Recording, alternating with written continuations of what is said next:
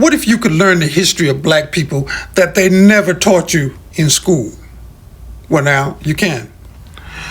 I'm KAMAU Kenyatta, University Professor of African and African American Studies, and I'm here to uncover the truths about our history that have been covered up, buried for too long, the lies, the misdirection, all of that stuff for too long. I'll share the stories of the real stories about what and how we got to where we are today.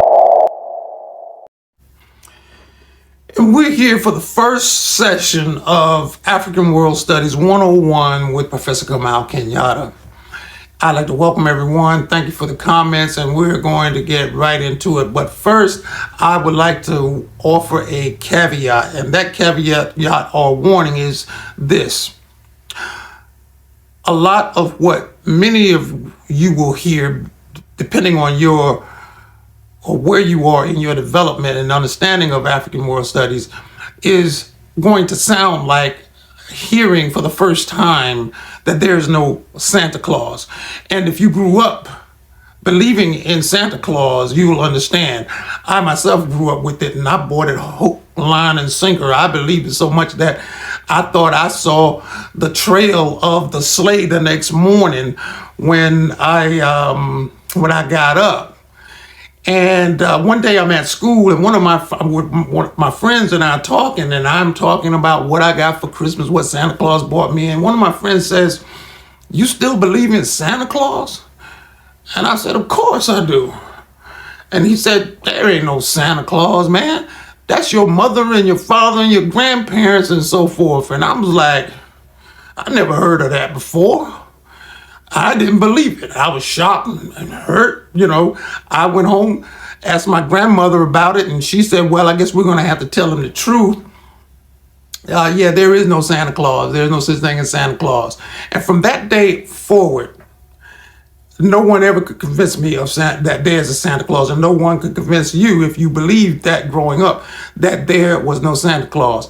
But what it also taught me was that my grandparents, my parents, my aunts, uncles, cousins, the people at church, the people at school, the people in the neighborhood, the people in the city, the people in the state, the people on television, the people all over the world had lied to me and millions of other children, so that we were devastated when we heard it. So a lot of what you're going to hear in here is going to sound like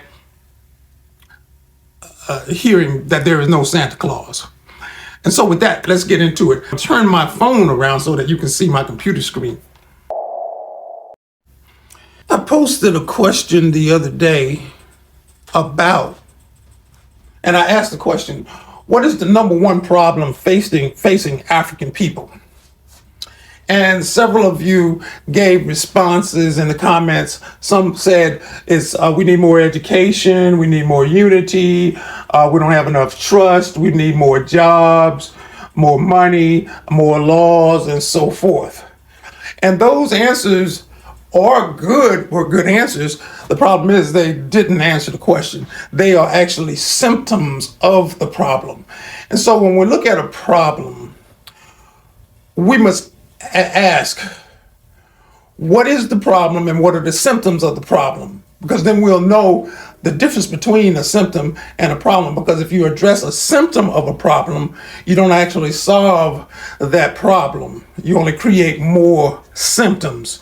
So understanding the problem is the first step in solving a problem, because if you don't know what the problem is, you don't know how to fully address the problem. So when it comes to African and Black people, and I'm going to talk about this topic of African and Black people so that we're all on the same page about that. So what is the number one problem facing Black people and African people? The number one problem, believe it or not, is racism, white supremacy. Now, that's going to sound simple to some of you, like racism, white supremacy. The problem, however, with that is most people actually don't know what racism is. I wrote an entire book about this, The White People Show. how to understand racism and still be wrong about it. Many people, instead of saying racism, will say other words that do not mean racism. So we need to look at what is racism and what is not racism. So some of the words that people use, for example, is prejudice instead of racism. They will say this prejudice thing that happened. Now, racism is not prejudice. Prejudice is not racism. Racism, as you can see, is an unfavorable opinion or feeling formed beforehand or without knowledge, thought, or reason to support the opinion or feeling. Now, there is racial prejudice, but it is not racism itself. The other word that many people use is discrimination when they mean racism. But racism, discrimination is simply the ability to distinguish between two or more options that are available. So there is racial discrimination, but discrimination in and of itself is not racism. Many people will say racism is hate. Racism is not hate. Hatred is a byproduct of racism, but it is not racism. Just an intense, passionate feeling of dislike for someone is what hatred is. So now, what is racism?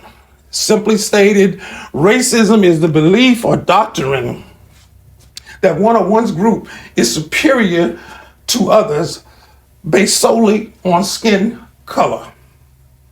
We'll repeat that. The doctrine or belief that one or one's group is superior to, that means that they think that they're better than others because of their skin color. We can simplify it even more to say that the doctrine that racism is the doctrine or belief held by white-skinned people, whether consciously or unconsciously, that they and their group are superior to others who are not white-skinned.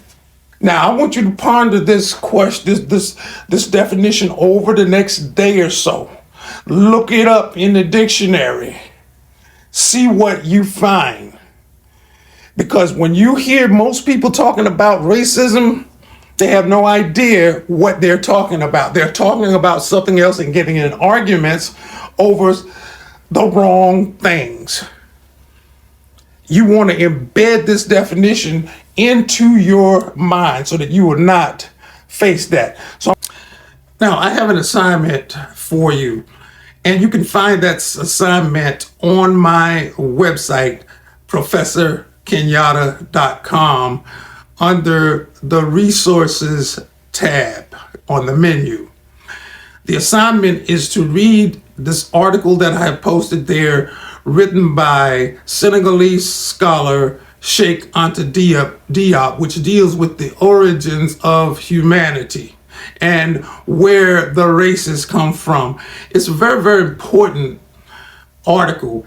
It's an anthropological piece that many of you will find very difficult to read because of the terminology that is used in there. But what I have provided for you is a vocabulary list of some of the more difficult words. So as you read it, use that vocabulary list, and it will help you understand that article. And it's only about 4 pages, but I need you to read at least the first 3 to 4. It's only about 5, I think it's about 5 pages. I only need you to read at least the first 3 pages, and you need to read it a couple of times. And we will discuss that and talk about it, because it's going to deal with some of the other issues that we're going to be dealing with soon. Thank you for coming. I appreciate it.